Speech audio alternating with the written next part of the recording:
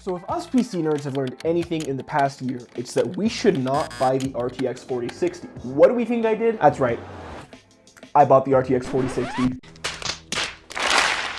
Sorry, what was I supposed to do? Now the 4060 is an interesting GPU. It receives a ton of hate for being a terrible value, when really, I don't see it. I mean, sure, it's only got 8 gigs of VRAM, which isn't gonna be enough for the future. There's people with GPUs from 8 years ago running on 4 gigs of VRAM that are still keeping up fine in today's titles. So who's to say 8 gigs isn't gonna be enough in the future? Right now you can buy the 4060 for about $300 brand new, and that's without any special sales. Another 8GB NVIDIA graphics card that you can find for about $300 is the RTX 3070. Now, while you do have to find the RTX 3070 used, they're both about $300, they both have 8 gigs of VRAM, and they should stack up pretty well in some testing. So naturally, I'm sure you're following my thought process here. What if we put the two against each other? Fight! Now granted, the 3070 has about 92% more CUDA cores than the 4060 does, but the 4060 has newer cores and has access to NVIDIA's AI technologies, including frame generation, which is so cool, and wasn't even possible with the 30 series cards. So after that quick intro, let's take a look at the specs of the two cards. We'll start with the 4060.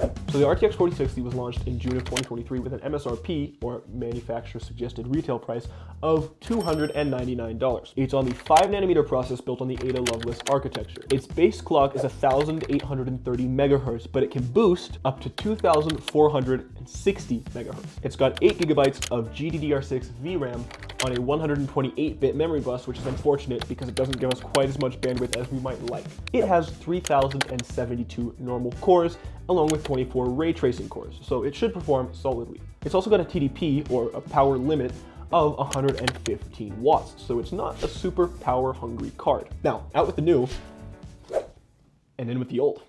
That's kind of backwards, isn't it? Now, the 3070 was launched about 2.5 years earlier than the 4060 in October of 2020. Geez, that's almost 3.5 years ago now.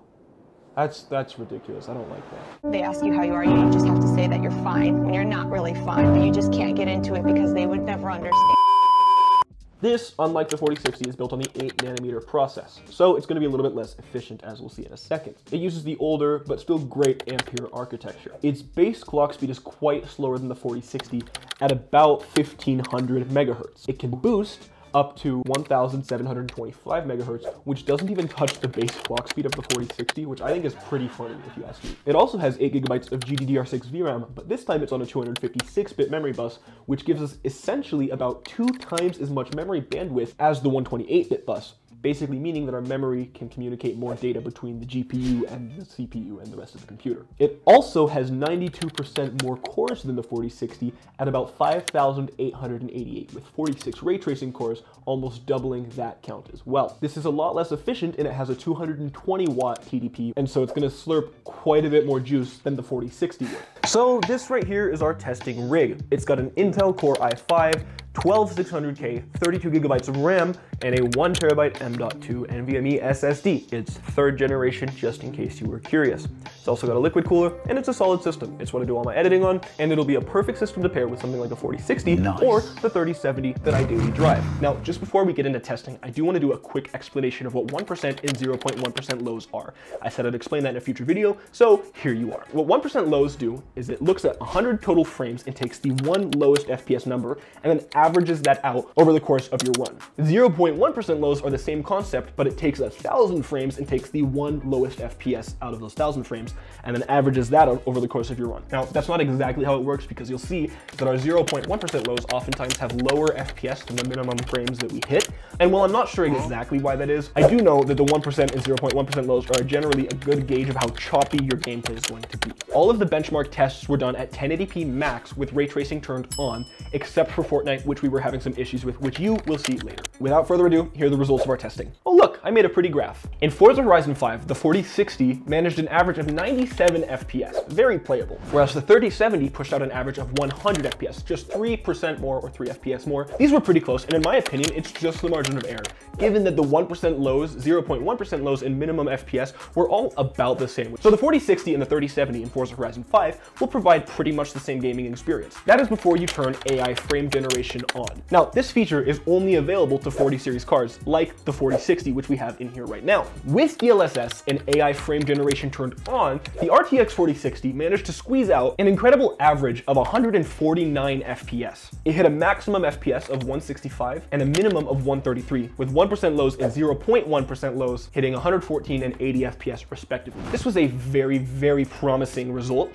and I am super excited to see how far AI can come in the future with this frame generation and upscaling technology. Now, like I said a second ago, the 4060 and 3070 seem to be about on par as far as performance goes, which surprised me because the 3070 has literally almost twice as many cores, which it blew me away that they performed about the same without any AI assistance. Now, after Forza, I was expecting the 4060 to deliver a perfectly playable and actually pretty good experience in Starfield. Oh, how wrong I was. It put down an unplayable average of 17 FPS, with the max hitting 18 and the minimum hitting 14, with 1% and 0.1% lows between 12 and 13.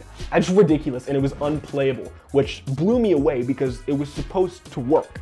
It didn't. Now, in Starfield, the 3070 showed out. It managed an average of 55 FPS, which is totally playable. Max FPS hit 66 with the minimum hitting 49. 1% lows and 0.1% lows were at 36 and 34 FPS respectively. This delivered a solid above 30 FPS experience, and yeah, it's not high refresh rate ridiculous gaming, but your max settings with ray tracing on in one of the most demanding new titles out there. So I was blown away by how much better the 3070 was than the 4060. However, with a little bit of help from our good friend AI, the 4060 managed to push out an impressive 61 FPS average, beating out the 3070. Its max that it hit was 76 FPS, with its minimum FPS being hit at 54. 1% lows were at 42 FPS and 0.1% lows were at 34 FPS respectively. Again, a totally playable experience if you're using that AI help. So as far as raw horsepower goes, the 3070 pulls a decisive victory on the 4060 here. But that's without the help of AI. With AI, the 4060 manages to pull ahead by a good margin, by about 10% actually, which is noticeable. Now, F1 2023, the third game that we tested, paints us a very similar picture to Starfield. The 4060 manages an average of 58 FPS, hitting a max of 67 and a minimum of 51. 1% and 0.1% lows were at 49 and 37 FPS respectively. Sure, this is a solid above 30 FPS experience, but it doesn't quite hit that 60 that we really like to see. Now, the 3070 again flexes its muscles and delivers us a solid 80 FPS average with a max of 91 and a low of 71. 1% lows and 0.1% lows were at 62 and 47 FPS respectively. Now, taking advantage of AI, the 4060 manages to pull ahead again. It hit an average of 96 FPS, with highs reaching 104 FPS. Our 1% and 0.1% lows were at 76 and 60 FPS respectively. Above 60 FPS, just like we like to see, and entirely playable. I am really happy about that result. Now, in our fourth and final game that we tested, which was Fortnite, we had some troubles getting the AI frame gen to work with the 4060. So we're not going to include that in our test results this time but we'll try and get it working in a future video for you guys. But we can still compare the raw performance between the 3070 and the 4060 with Fortnite. Now, the 4060 managed an average of 151 FPS, with highs hitting 184 FPS and lows dipping down to about 116 FPS. Our 1% low was at 73 FPS and our 0.1% low was at 26 FPS. Now, Fortnite is known to be pretty stuttery, so I'm not particularly surprised by this. That's alright, it's just kind of disappointing. Now, the 3070 showed out yet again, flexing its muscles on the 4060. It cranked out 174 FPS for its average and 191 for its max. Its lowest FPS that it touched in our testing was 162 FPS. Our 1% and 0.1% lows were at 90 and 69 FPS respectively. So overall, what did we learn with this testing? Well, the 3070 is just a better card. It's got almost twice as many cores and the same amount of VRAM and twice as big of a memory bus. So I'm not really surprised that it managed to wipe the floor with the 4060 in testing.